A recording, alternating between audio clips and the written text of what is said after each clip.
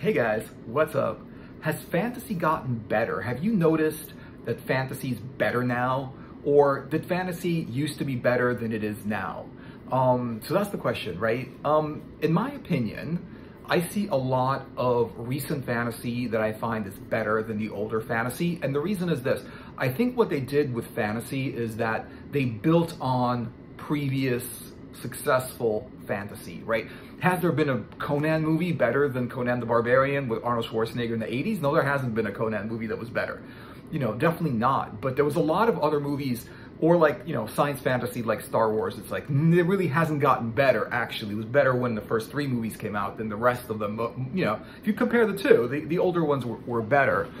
But what has gotten better? One of the things that I think has gotten better with fantasy, and I really like this, is the special effects. The CGI, computer-generated effects can freaking do everything.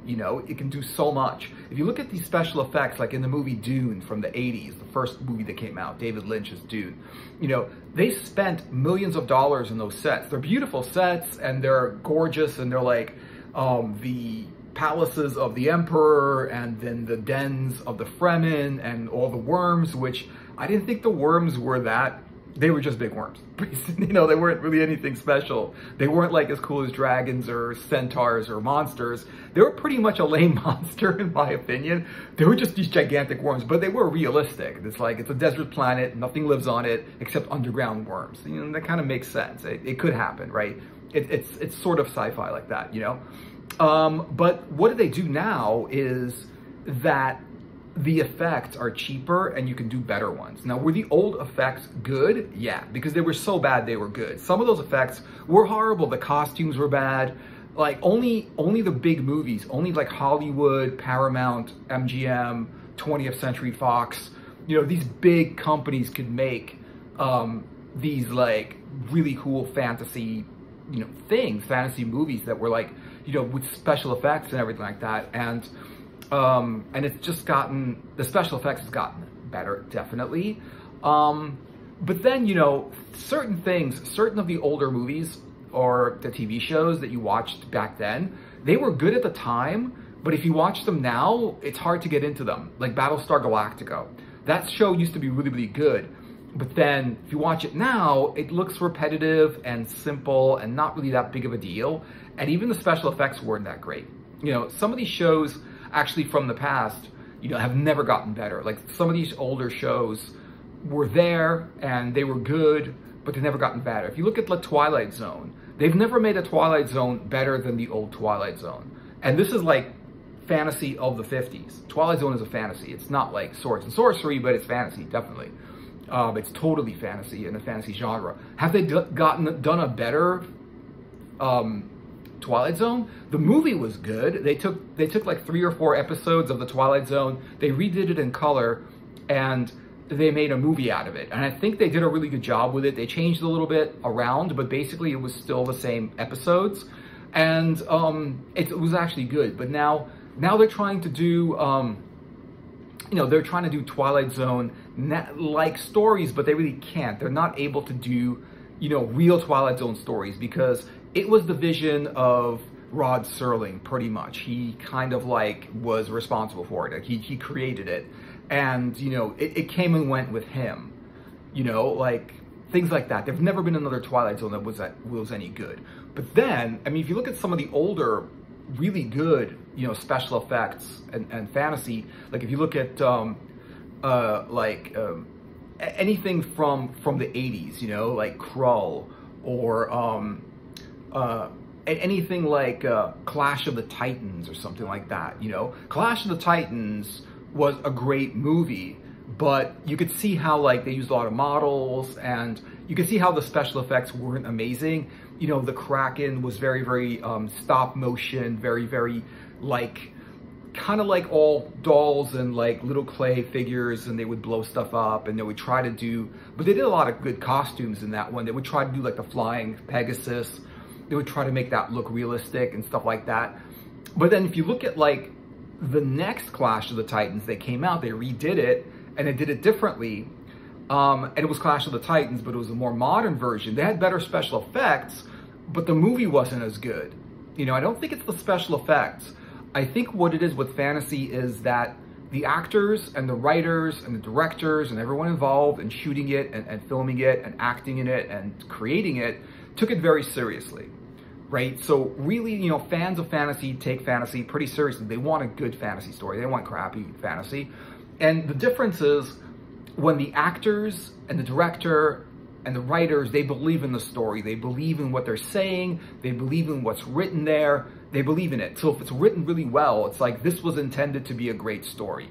Somebody just believed in what they were doing and they did it. And they got a lot of people to believe in it. And what happens is when everyone else believes in it, it's a believable story. Like you believe in it also because the people involved in it, they believe in it 100%, you know? So when they say something that's out of this world, you know, they believe in it. They're like, yeah, they said it was out of this world, but that's because they're an alien from outer space or something like that. Or they're a dragon and that's why they talk that way. Or they're a wizard, so they act like a wizard. You know, not thinking, oh, wizards, you know, this is silly. Why am I even doing this? Okay, I'll try to act like a wizard. No, like they really feel like a wizard, like a serious wizard, you know? So that's the thing, you know, it's like the people, when people take the movie seriously or the book or whatever it is, the story seriously, or the comic, you know, when they take that seriously, they get a real serious piece of art, you know, a really serious movie or comic or book or something like that. You know, it's like you can put stuff together and go, I'm going to do a fantasy story and just be a little bit arbitrary. Truth is, you have to be really into the story. You know, when they did Conan the Barbarian, they were very, very serious. The guy that was directing it was super serious about it. The guy that wrote it, the guy that cast everyone. They got Arnold Schwarzenegger because he was the best one for the role, because he looked like Conan the Barbarian. He sounded like Conan because he was like this Germanic accent guy, and Conan was European, Germanic, I don't know, from that, around that area. You know, that's where the barbarians were. The guy's probably descended from barbarians. Like his, you know, his ancestors were probably barbarians in that area of the world, you know, because that's where he's from. And he sounds like he's pretty much, like his family's pretty much from there, you know? And so it's a matter of, do they believe in the story? You know, it has to start off with someone writing something because they're into fantasy and that's what they like. Not like someone be like, oh, I did some fantasy and it was silly and whatever. You know, no, that's never gonna like, it's never gonna like anything like that. Oh, I did it, whatever, you know. I acted in it, I pretended to be this wizard, I pretended to be this warrior or this king or this dragon. You know, that's never going to like ever stand with people that actually watch it and enjoy it and appreciate it, which is like fans of fantasy, you know?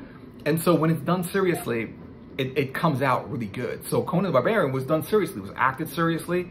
There were real sword fights. There were real people on horseback, you know, shooting arrows from horses and, you know, and people falling off of like towers or climbing towers or falling off or like, you know, like killing a snake or something like that. Like everyone believed in who they were. Everyone was so convincing because they believed in who they were.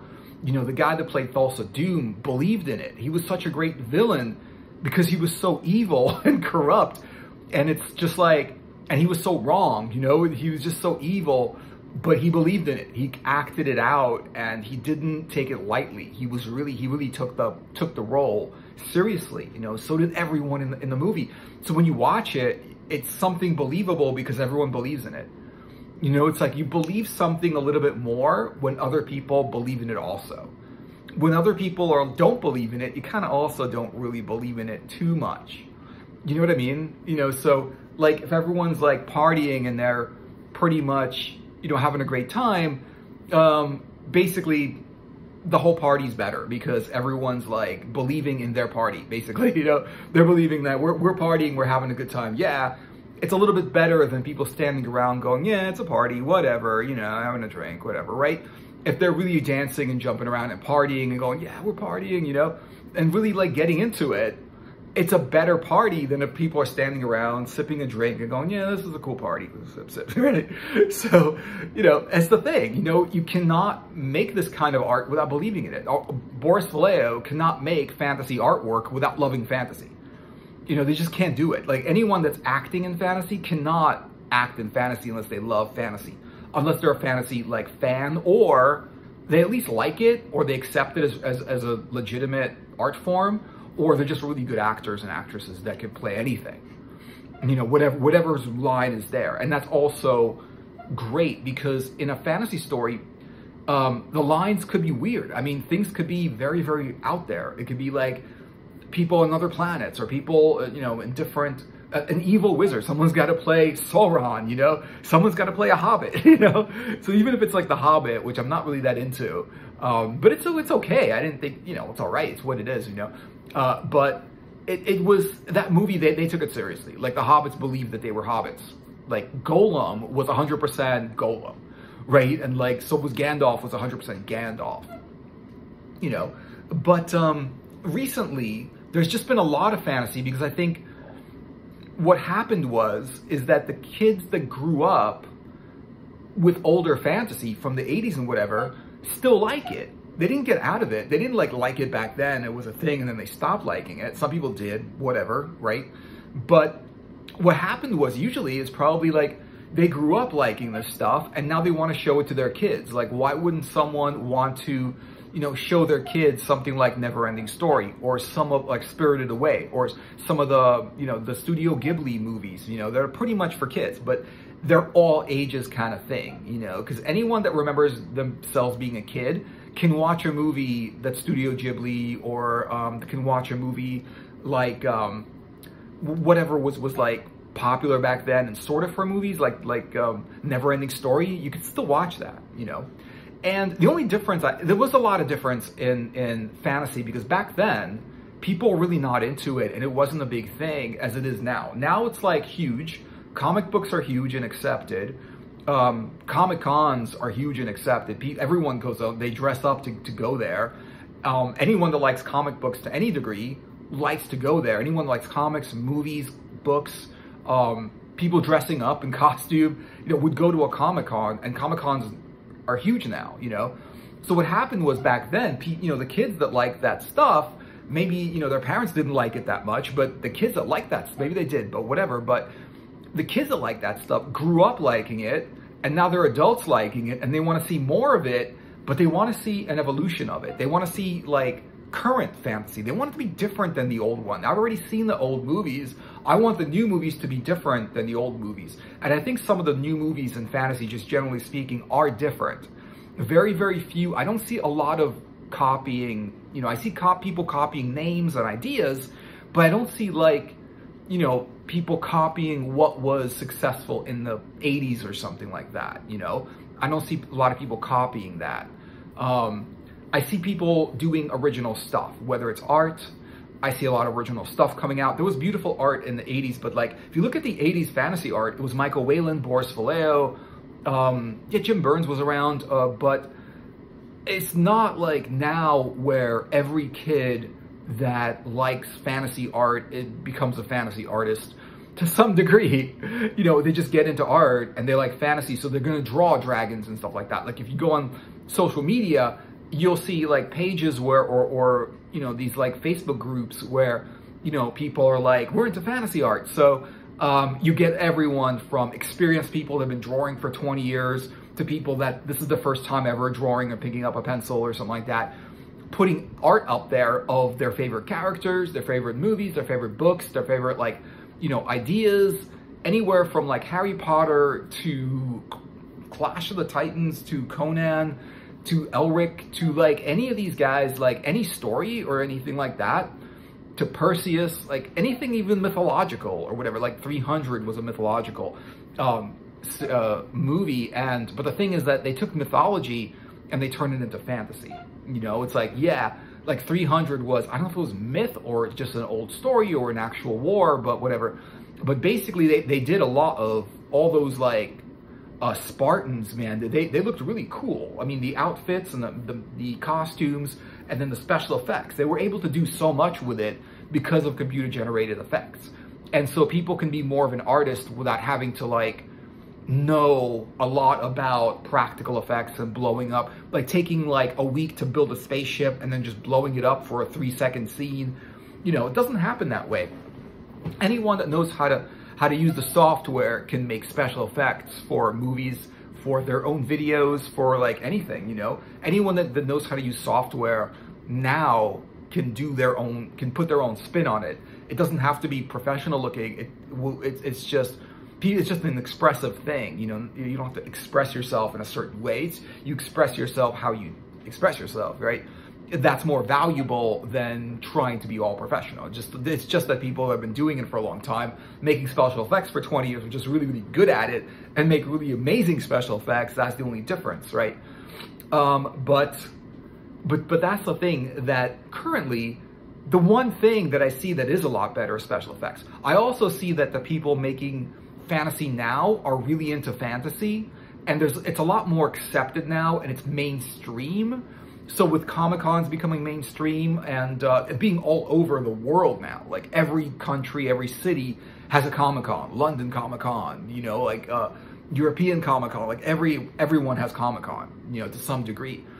And this is for fantasy. You don't see like this kind of thing happening for comedy movies, right? You don't see that happening for drama or like romance movies. You know, romance movies are cool, but you don't see it that way. You don't see like, there's no like romance convention movie thing, but there is a fantasy convention everywhere, right? There's a Dragon Con and like, there's, you know, just all kinds of fantasy con.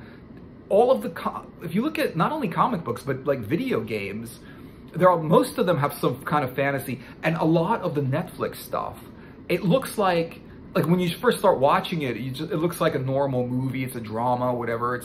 Things are happening, everything looks normal. You don't even know it's going to be fantasy. It does say it's going to be fantasy, but you don't even know about it. And then all of a sudden, there's supernatural things happening, and ghosts and witches and spells and curses and, you know, all kinds of magic and, you know, these monsters coming out of nowhere, and you're like, oh shit, this is fantasy, you know, this is so cool. It has become so popular that if you look at Netflix, like half of that stuff is in some way fantastical, whether that's, and you don't see like a lot of plain stuff, because it just feels like, if it's not fantasy, it just feels plain. It just feels like it's not really gonna get interesting or otherworldly or innovative, or it's not going to really take you anywhere away from where you already are. It's not going to veer off from the world, you know? And even like a drama, even like if it's something just with train robberies and people shooting each other and, you know, like whatever, like hijacking planes like Air Force One or something like that, it's still, you know, kind of fantastical, because like even in Air Force One, the guy that, you know, the Harrison Ford that played the president did have some pretty freaking sweet moves. He had like a little bit of a certain, you know, he was like a little bit of a superhero kind of guy, like Daredevil or the Punisher, you know. He wasn't a regular like combat guy. He was supposedly like decorated from the army and stuff like that, you know, and that's why his fighting is so good. But he basically single-handedly took out like a whole group of terrorists who were like taking over an Air Force One plane, and he pretty much took them down single-handedly and got everyone safe and whatever it was.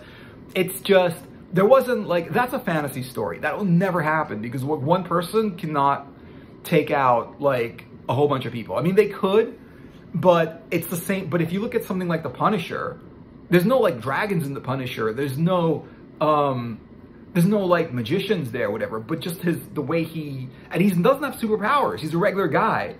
It's just that he's so good at combat that he can take down like a squad of people, which is, you know, it's a fantasy element. The guy has superpowers, basically. Superpowers are a fantasy element, you know. Superhero movies, superhero comics and books, they're fantasy in that the superhero has these powers, and that's fantasy.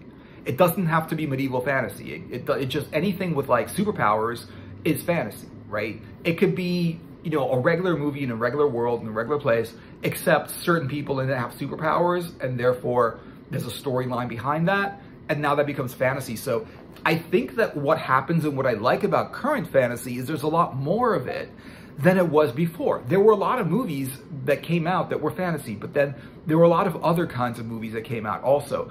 But now, I'm looking at like all the movies that are coming out now, and they're just like all the cool movies that came out in the 80s. Like if you look at like some of the ninja movies coming out now, they're just like, they're sort of inspired by the ninja movies that came out in the 80s.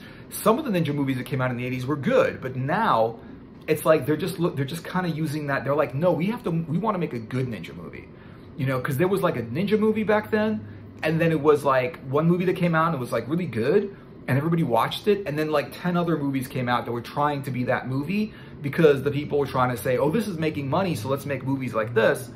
And so, you know, people would watch that movie and they'd be like, oh, it wasn't as good because they did it for money, but they weren't really like inspired by anything, so they really didn't know what to do and what they were doing. They were just like, let's just do what already worked because it worked. We don't know, we don't care, we're just doing it because it worked. And it's like, and people that make something good are like, I know this hasn't worked before, I don't even know if it's gonna work, but I have to tell this story, right? I have to do this, and I have to like, no, it has to be this way, and there has to be aliens and dragons, and it's got to be wizards, and it's got to be spells, and it's got to be all this stuff, you know, and it's got to be magic and supernatural, it's got to be ghosts, it's got to be witches, you know.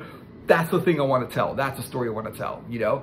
So I just think that in a couple of ways it's better. One is with special effects, and the other one is there's a lot more of it.